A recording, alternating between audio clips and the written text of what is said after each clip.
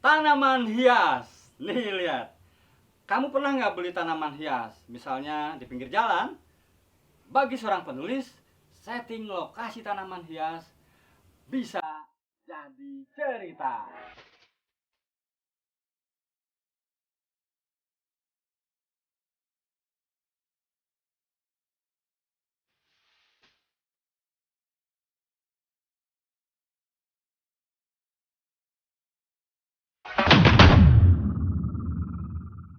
Apa hubungannya tanaman hias? Ya, untuk eh, ide atau setting lokasi atau penguatan karakter tokoh. Ada nggak hubungannya? Ada. Jadi kalau kita pergi ke misalnya kita melakukan hal-hal kecil ya, belanja ke pasar atau belanja tanaman hias di apa biasanya di pinggir jalan tuh banyak, kita bisa dapat tiga: setting lokasi, karakter tokoh, ya, kemudian ide cerita. Nah, saya pernah menulis sebuah cerita dengan setting lokasi tanaman hias. Apa yang saya lakukan? Pertama kali saya duduk, kemudian memandang ke seluruh sudut, ke kanan, ke kiri, ke depan, ke belakang. Saya hitung luasnya seperti apa. Saya bertanya berapa jenis tanamannya, bagaimana cara merawatnya, bagaimana cara memindahkan jika misalnya sudah membesar. Nah, dari pertanyaan-pertanyaan itu, kemudian jedanya adalah saya membeli satu dua dulu jenis. Setelah itu ngobrol lagi, bertanya siapa sih yang menjaga tanaman hias itu. Kemudian apakah dia sudah punya anak, tidurnya di mana. Ketika dia bilang tidurnya di sini, boleh nggak saya tahu tempatnya? Lalu saya diajak ke belakang.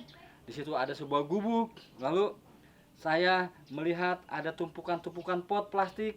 Saya tanya, ini dijual? Nah, kalau misalnya harganya terjangkau 15.3, saya beli. Jeda lagi.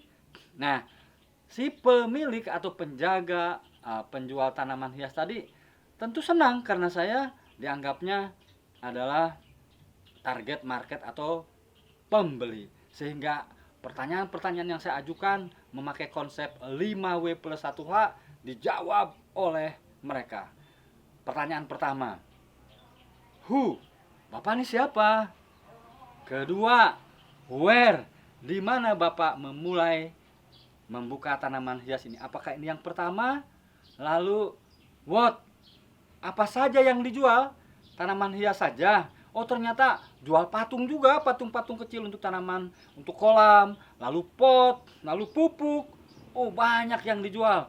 Lalu apa lagi? Why?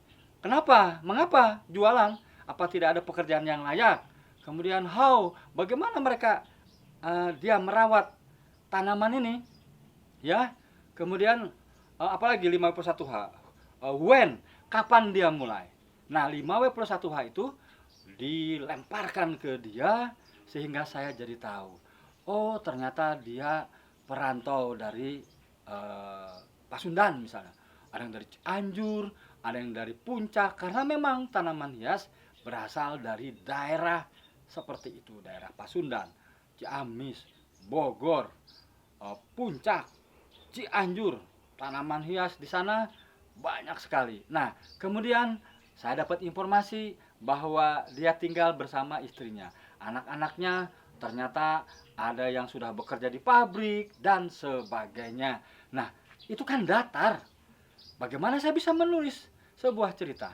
Nah, yang paling menarik, tidak selalu harus saya jadikan cerita pendek. Tapi ini masuk ke sebuah folder jadi bahan baku atau bank naskah. Ketika saya menulis sebuah novel, misalnya tokohnya mahasiswa, saya butuh mahasiswa ini latar belakangnya. Dia anak siapa? Nah, cocok enggak ya kalau si anak ini, mahasiswa ini punya keluarga tadi. Si ayahnya penjual tanaman hias. Ah, nggak cocok nih kayaknya. Cari lagi tokoh yang lain. Kalau misalnya nggak cocok, ganti yang lain. Nah, dengan cara menabung naskah seperti itu, latar belakang keluarga, latar belakang sosial budaya, saya alhamdulillah tidak pernah kehabisan ide.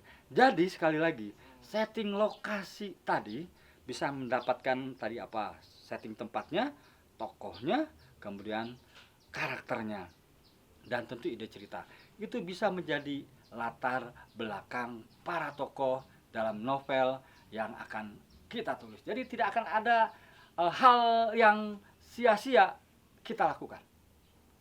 Ingat, hal kecil jadi besar, hal biasa jadi luar biasa di tangan seorang penulis. Membaca itu sehat, menulis itu hebat.